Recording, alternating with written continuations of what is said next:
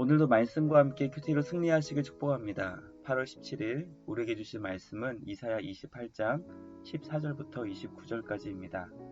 구독과 좋아요는 큰 힘이 됩니다. 찬양과 함께 큐티를 시작하시기 바랍니다. 오늘은 찬송가 9장 하늘에 가득 찬 영광의 하나님입니다. 성령님께 오늘 말씀을 잘 이해할 수 있도록 지혜를 구하시기 바랍니다. 말씀을 삶에서 실천할 수 있도록 용기를 구하시기 바랍니다. 오늘은 그의 경영 기묘하며에 대해서 함께 살펴보겠습니다. 14절과 15절은 예루살렘의 어리석은 선택에 대한 말씀입니다. 이러므로 예루살렘에서 이 백성을 다스리는 너희 오만한 자여 여호와의 말씀을 들을지어다. 너희가 말하기를 우리는 사망과 언약하였고 수월과 맹약하였은즉 넘치는 재앙이 밀려올지라도 우리에게 미치지 못하리니 우리는 거짓을 우리의 피난처로 삼았고 허위 아래에 우리를 숨겼음이라 하는도다. 예루살렘에서 백성을 다스리는 정치 지도자들은 오만하였습니다. 그들의 오만함은 사망과 언약하였고 스올과 맹약하는 것으로 나타났습니다. 오만의 특징은 바로 하나님이 아닌 세상의 것을 의지하고 그것을 자랑하는 것임을 우리는 말씀을 통해 깨닫게 됩니다. 예루살렘의 지도자들은 애굽을 의지하여 넘치는 재앙을 막을 수 있다고 확신하는 오만한 자들이었습니다. 선지자는 애굽을 의지하는 오만함이 결국 거짓의 피난처이며 그곳에서는 결코 그 자신들을 숨을 수 없다고, 그곳에서는 숨을 수 없다는 것을 말씀을 통해 전합니다. 16절부터 20절은 정의의 측량줄, 공의의 저울추에 대한 말씀입니다. 그러므로 주 여호와께서 이같이 이르시되 보라 내가 한 돌을 시온에 두어 기초를 삼았노니 곧 시험한 돌이요 귀하고 견고한 기초돌이라. 그것을 믿는 이는 다급하게 되지 아니하리로다. 나는 정의를 측량줄로 삼고 공의를 저울추로 삼았으니 우박이 거짓의 피난처를 소탕하며 물이 그 숨는 곳에 넘칠 것인즉 너희가 사망과 더불어 세운 언약이 패하며 수울과 더불어 맺은 맹약이 서지 못하여 넘치는 재앙이 밀려올 때 너희가 그것에 밟힘을 당할 것이라. 그것이 지나갈 때마다 너희를 잡을 것이니 아침마다 지나가며 주야로 지나가리니 소식을 깨닫는 것이 오직 두려움이라. 침상이 짧아서 능히 몸을 펴지 못하며 이불이 좁아서 능히 몸을 싸지 못함 같으리라 하셨느니라. 하나님께서는 한 돌을 시온에 두셔서 기초를 삼으시겠다고 말씀하십니다. 그것은 품질 검사를 마친 시험한 돌로서 남유다의 견고한 기초돌이 될 것입니다. 견고한 기초가 되기 때문에 그것을 믿고 의지하는 자는 결코 다급하게 되지 않을 것이라고 말씀하십니다. 하나님께서는 정의와 공의로 사망과 언약하며 거짓의 피난처에 숨은 자들을 우박과 물로 심판하십니다.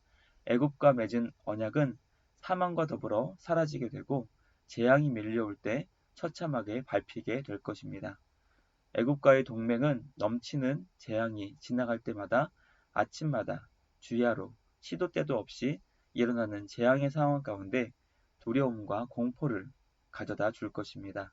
왜냐하면 애굽과의 동맹은 침상이 작아 누울 수 없고 이불이 좁아 덮을 수 없듯이 결코 보호를 얻지 못하는 평안을 얻지 못하는 무능력한 것이기 때문입니다.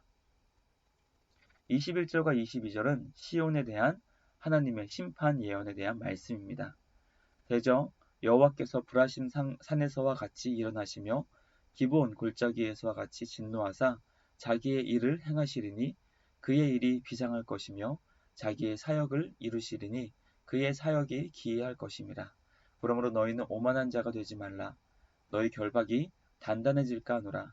대저 온 땅을 멸망시키기로 작정하신 것을 내가 만군의 주 여호와께로부터 들었느니라. 하나님께서 브라심 산에서와 같이 일어나시며 기브온 골짜기에서와 같이 진노하실 것임을 말씀하십니다. 브라심과 기브온 골짜기는 옛적에 하나님께서 주의 백성들을 구원해 주신 장소였지만 이제는 진노와 심판을 행하시는 장소로 바뀌게 됩니다. 그때 주님의 백성들은 하나님께 비상함과 기이함을 경험하게 됩니다.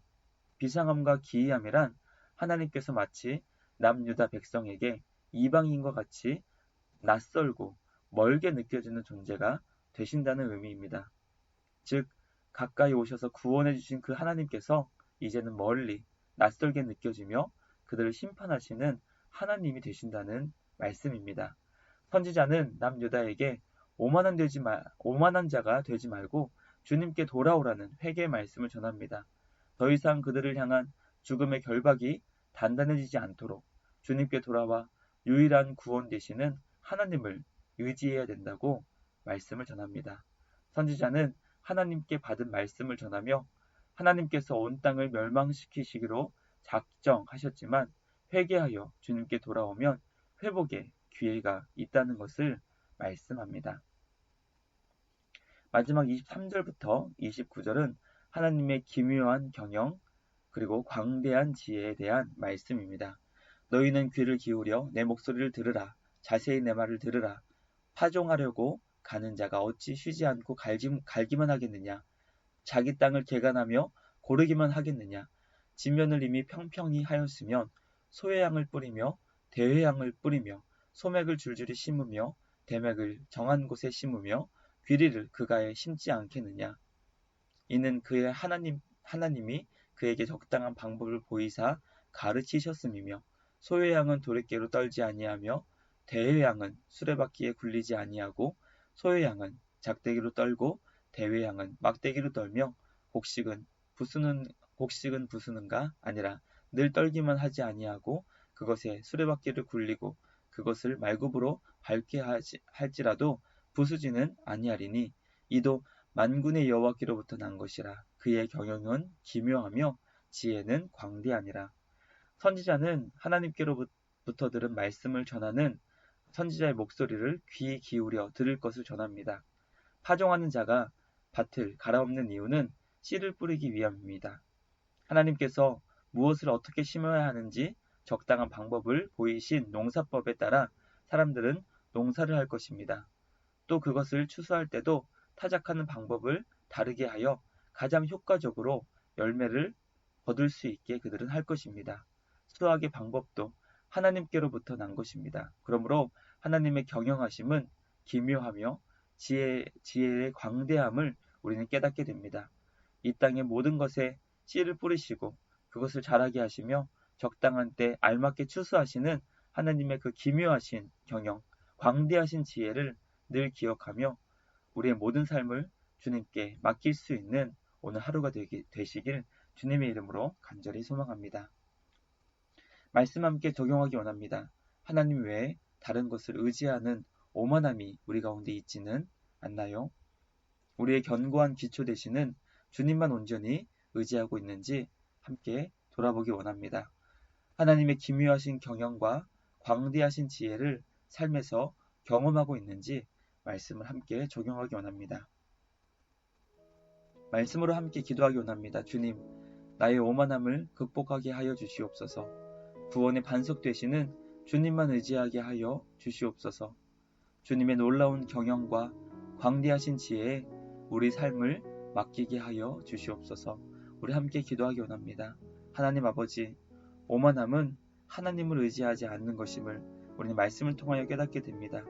남유다는 애굽을 의지하여 그들의 삶의 보호와 평안과 만족을 얻기를 원했지만 하나님께서는 그들의 오만함을 지적하시고 결코 애굽으로 인하여서는 피난처를 삼을 수 없다고, 결코 애굽 안에 숨을 수 없다고 말씀하십니다. 그러므로 하나님께서 예비하신 구원, 한 돌, 견고한 반석 되시는 우리 구주 예수님을 의지하여 살아갈 수 있는 우리 모두가 되게 하여 주시옵소서. 애굽과의 동맹은 침상이 작아 놓을 수 없고 이불이 좁아 덮을 수 없는 무능력한 것임을 우리가 깨닫게 됩니다.